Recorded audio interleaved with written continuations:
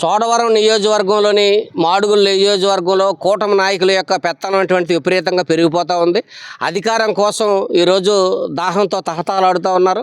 ఈరోజు గత ప్రభుత్వం అధికారంలో ఉన్నప్పుడు ఉద్యోగులకు రక్షణ లేదు, ఉద్యోగులకు రక్షణ లేకుండా ప్రభుత్వం చేస్తుందని చెప్పినటువంటి నాయకులు ఈరోజు ఇక్కడ ప్రభుత్వం అధికారానికి ఈరోజు రక్షణ లేనటువంటి పరిస్థితి ఈరోజు కనిపిస్తూ ఉంది. ఎందుకనంటే ప్రధానంగా చూసినప్పుడు గతంలోనూ కూడా ఒక చోడవరం నియోజకవర్గంలోని వడ్డాది ప్రాంతంలో ఒక కస్తూర్బా ప్రిన్సిపాల్ మీద అక్కడ ఉన్నటువంటి కూటమి నాయకులు పెత్తనం చేస్తే ఆవిడ కోమాలోకి వెళ్ళిపోయినటువంటి పరిస్థితి.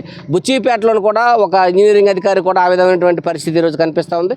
ఇప్పుడు రీసెంట్గా నిన్న ఓ పంచాయతీ సెక్రటరీ రామజోగపాలెంకి సంబంధించినటువంటి ఎవరైతే ఒక ఆయన ఉన్నారో ఆయన గుజ్జాల అప్పలస్వామి అనేటువంటి ఆయన ఒక పంచాయతీ సెక్రటరీ ట్రైబుల్ ఆయన మీద రొంగల రమణ అనేటువంటి ఒక వ్యక్తి తెలుగుదేశం పార్టీ ఎమ్మెల్యే అనుచరుడు ఆయన నువ్వు నన్ను చెప్పినట్టు చేస్తావా, ఉద్యోగం లేకపోతే వదిలేసి వెళ్ళిపోతావా, నీ సంగతి చూడమంటావా, వచ్చి బూతులు అసభ్యకరంగా చాలా చండాలంగా మాట్లాడి ఆయన భయపెట్టి భయభ్రాంతులకు గురి చేసినటువంటి పరిస్థితి నిన్న ఈరోజు సోషల్ మీడియాలో అలచల్ చేస్తుంది, మనం చూసాం.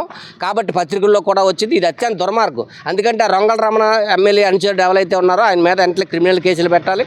పంచాయతీ అధికారి ట్రైబుల్ గిరిజనుల ఉద్యోగుల మీద, పంచాయతీ సెక్రటరీ మీద ఎవరైతే అప్పలస్వామి మీద ఆయన పెత్తనం చేసి ఆయన బెదిరించి ఆయన ఉద్యోగానికి నీకు ఉద్యోగం తీసేస్తామని చెప్పాడో అటువంటి వారి మీద ఎస్సీ ఎస్టీ అట్రాసిటీ కేసు కట్టాలి, ఆయన మీద వెంటనే అరెస్ట్ చేయాలని చెప్పేసి మేము డిమాండ్ చేస్తూ ఉన్నాం.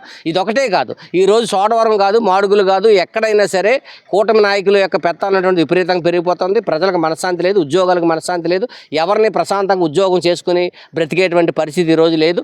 అందుకని ఉద్యోగులుగా వాళ్ళు స్వతంత్రంగా స్వేచ్ఛగా వాళ్ళని ఉద్యోగం చేసుకునే పరిస్థితి తీసుకురావాలి. వాళ్ళు ఎక్కడైనా తప్పు చేస్తే నిలదీయాలి. ప్రజలకి వాళ్ళ సేవలు అందించే విధంగా ఈ ప్రభుత్వం ప్రయత్నం చేయాలి తప్ప ఈ విధంగా బెదిరించినటువంటి సరైనది కాదు పంచాయతీ సెక్రటరీని. కాబట్టి పంచాయతీ సెక్రటరీని ఎవరైతే ఎమ్మెల్యే అనుచరులు బెదిరించారో ఆయన మీద వెంటనే ఎస్సీ ఎస్టీ అట్రాసిటీ కేసు కట్టి క్రిమినల్ కేసు పెట్టి ఆయన వెంటనే అరెస్ట్ చేయాలని చెప్పేసి మేము సిపిఎం పార్టీగా డిమాండ్ చేస్తా ఉన్నాం.